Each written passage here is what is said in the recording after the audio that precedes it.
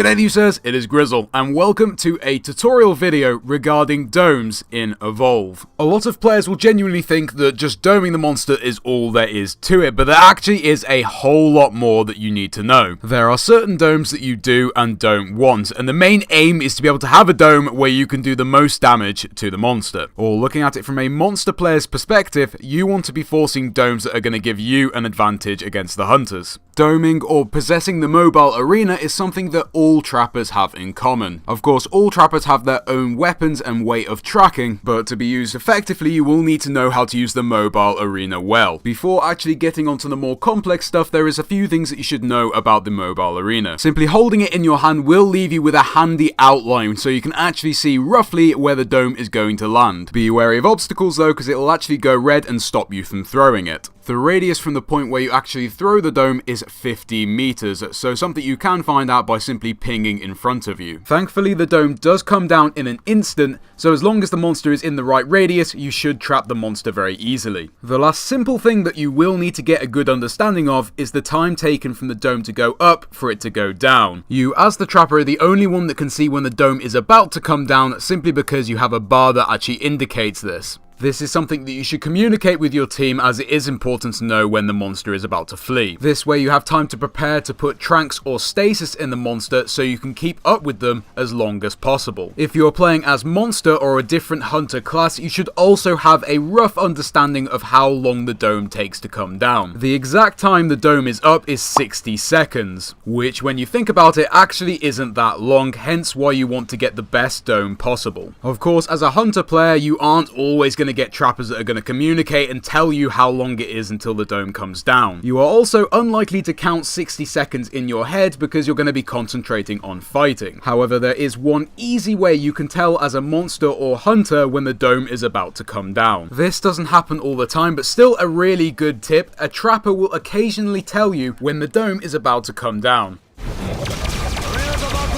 Both monsters and hunters can hear the trapper say this. At this exact point, it is approximately 12 seconds until the dome comes down. Now this you can actually count easily in your head, so as a monster, you can position yourself in the correct area where you want to run, or more importantly, hunters can save up their jetpacks and also get stasis and tranks ready. Those are the very basics of using the mobile arena, and every trapper should know those details. So now I'd like to explain what a lot of players get wrong and what you really want to avoid doing when you actually go to dome the monster. Rushing the dome and throwing it however you like is likely going to put you in a tough situation. There are three main things that you want to be avoiding when you go to dome the monster, and trust me, you will not get this perfect every single time, but it's something you need to look out for. The first and perhaps the most important is loops, or genuinely areas with pillars or high and low ground. If you trap a monster at stage 1 or when they have quite low health or armor, they are likely to mitigate and avoid taking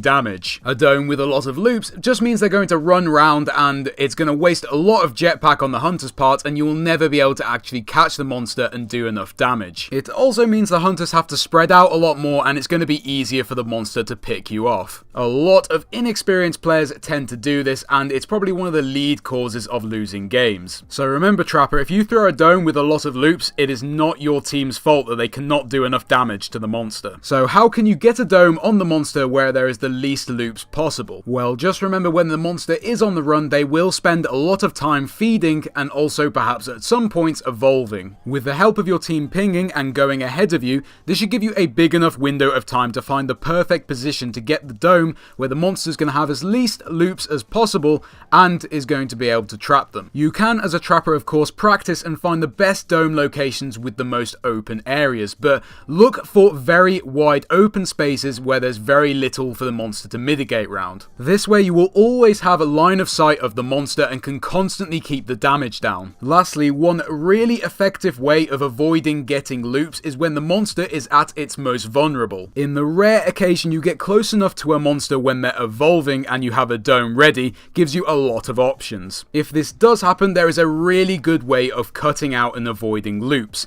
If you go to where the monster is evolving, and if possible past where they're evolving, try and push as close to a wall as possible and throwing the mobile arena. By throwing the dome closer to a wall, it'll cut out a huge area of the dome, therefore making a lot less loops and making a smaller area where the monster can actually move around. Just remember that sometimes you don't want to be in a small area with a big monster such as Behemoth, because this can actually be an advantage for them. But still, even if the monster is evolving or feeding, that should give you a good window of time where you can actually plan a really good dome. The other two things that you want to be avoiding are far more simple but still very important. The first one being doming with hostile wildlife. Being trapped in an arena with a monster is bad enough, having hostile wildlife add on to the damage to your team is not going to help. Let's say there's a really good dome you can throw, but there's a lot of dangerous wildlife in the way. Definitely throw that dome. Just make sure that your team is ready to take out that wildlife as soon as the dome comes down,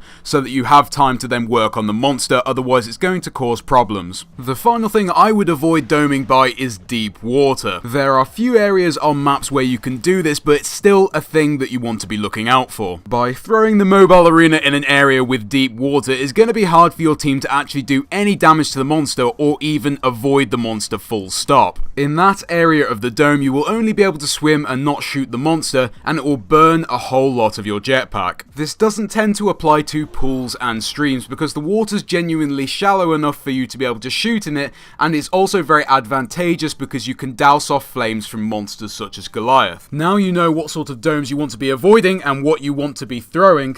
It is also important to know when is the best time to throw a dome on the monster. Well, you preferably want to throw the mobile arena when the monster is at its pure weakest and you can get the most damage in with your team. By the weakest, I mean with either low armor, if not no armor at all, so that you can do as much permanent health damage as you can. That means having the ability to analyze the situation and then play accordingly. Here is a great example of where an inexperienced player could actually put your team at risk. As you can quite clearly see, this monster is waiting on a dome that is going to give him an advantage. Now at this point, trappers that don't know what they're doing would probably just full on throw the dome. Notice that there's a lot of high ground the Kraken can mitigate round and is likely going to leave loops. Not to mention a Armadon is in the vicinity and is probably going to do a lot of damage to your team if trapped in this area. Last thing to notice, although he is weak at stage 1, he has a full bar of armor. And adding that with a bad dome just means you're not going to get enough damage down and he's going to mitigate way too well.